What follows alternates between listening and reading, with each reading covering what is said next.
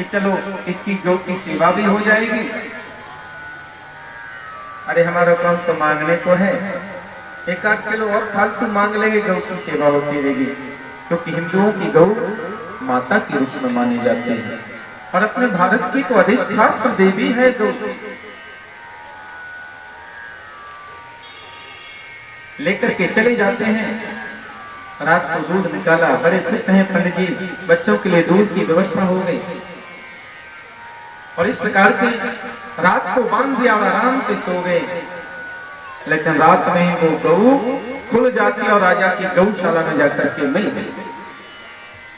राजा की गौशाला में जब वो गऊ मिली, पंडित जी ने देखा कि गाय खूंटे पे नहीं है, रात तो ठीक ठाक बांधी।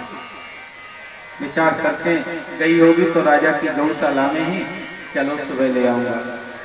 सोचने लगे, सुबह सुबह का समय तो ब्राह्मणों का भजन पूजा करने का समय होता है, संध्या का समय होता है, और ऐसे समय में नहीं छोड़ना चाहिए, और संध्या करने के बाद ही मैं गौ को ले आऊंगा।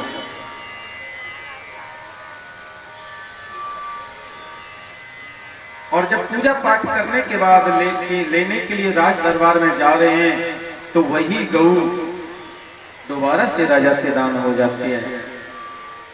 जो 1000 गौदान रोज करता हो, उसे क्या पता है कि कल मैंने कौन सी गौदान की। क्योंकि सभी गौएं थोड़ी बहुत ही भिन्न थी, बाद बाकी सब समान रहती थी।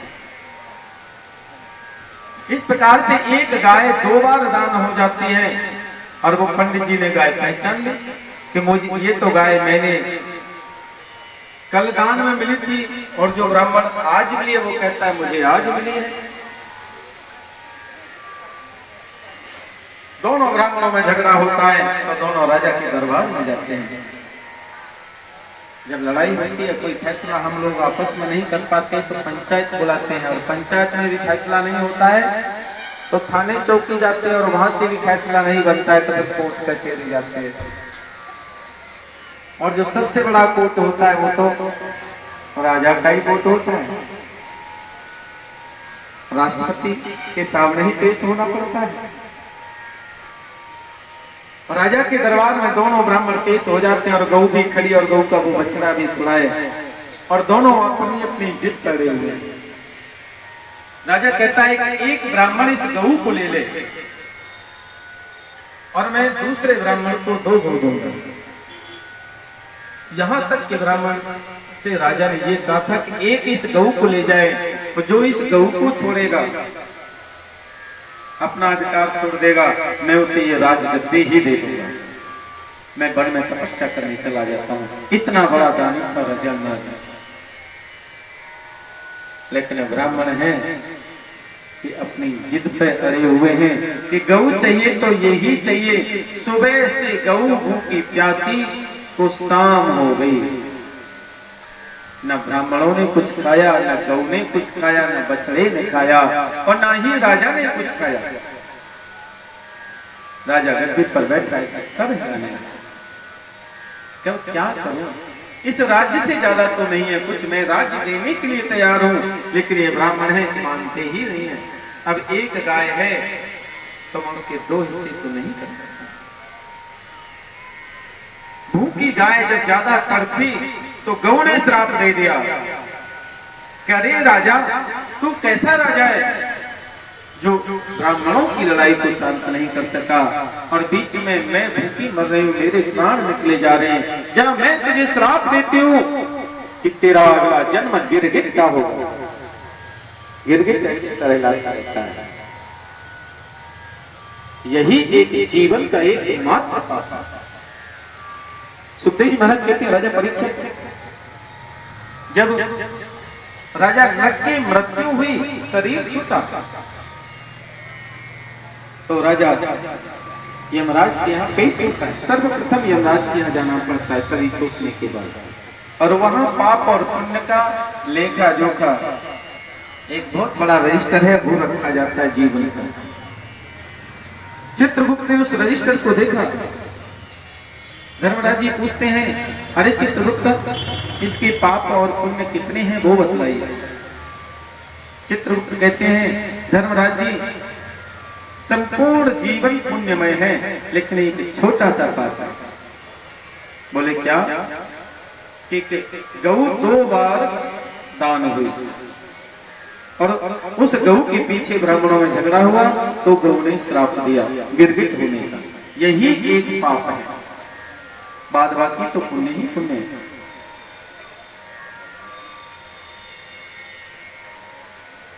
राजा से पूछा गया धर्मराज जी ने कि राजा न तुम बहुत धर्मात्मा हो, लेकिन एक भूल तुम्हारी सी हुई है, मात्र तिल के बराबर।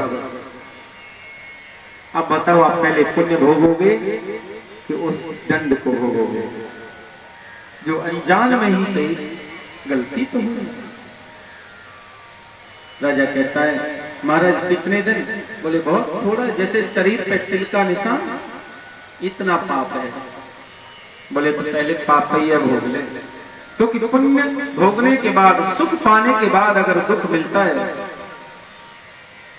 तो वो दुख सहन करना बड़ा मुश्किल हो जाता है।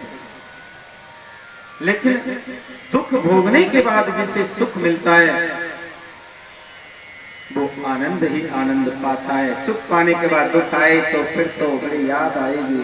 इसलिए महाराज पहले दुख ही भोगते हैं।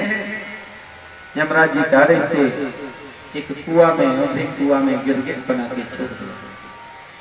राजा ने तो समझा था 2-4 साल, ज्यादा 2-4 साल होंगे, लेकिन गिरगिट खाता क्या है? और कुएं के अंदर पड़ा हुआ कीड़े मकोड़े मच्छर, इन कीड़ों को खाया तो वो पाप धीरे धीरे धीरे धीरे बढ़ता ही गया। और सतयुग का पड़ा पड़ा, सतयुग बीता, त्रेता बीता, द्वापर का अंत आ गया, क्योंकि हर रोज कुछ ना कुछ तो खाना ही होगा। और कुएं में कोई रोटी तो मिलती नहीं थी, गिरगिट कमा भी नहीं सकता था कि चलो मेहनत करके खा रहा है। उसी तो जो माखी मच्छर उसके अंदर मिल जाते थे, बस उन्हीं को मार मार के खाता। जीव हत्या करने के कारण इतना समय उसे लंबा बीता। भगवान कृष्ण वही देख करके गद्दी छोड़ करके आए थे कि सत्य का पड़ा हुआ मेरा भक्त आज मुक्त करना है। सुखदेव जी महाराज कहते हैं राजा परीक्षित, जहर चाहे जानबूझ के पियो या अनजान में पियो, वो तो मारता है। ऐसे ही कोई पाप हम जानबूझ के करें या अनजान में करें, दंड तो भोगना ही पड़ेगा। इसीलिए तो कहा जाता है कि जो भी दान करो एक को करो, और गौदान कभी भी बांट के मत करो, नहीं तो दोनों में झगड़ा हो गया तो राजा कृत की तरह गिरगिट बनना पड़ेगा। बोले द्वारकाधीश भगवान की जय।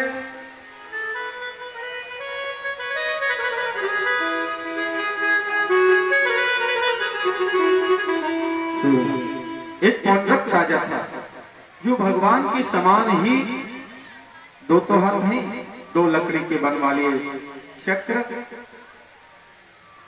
और गदा वाले।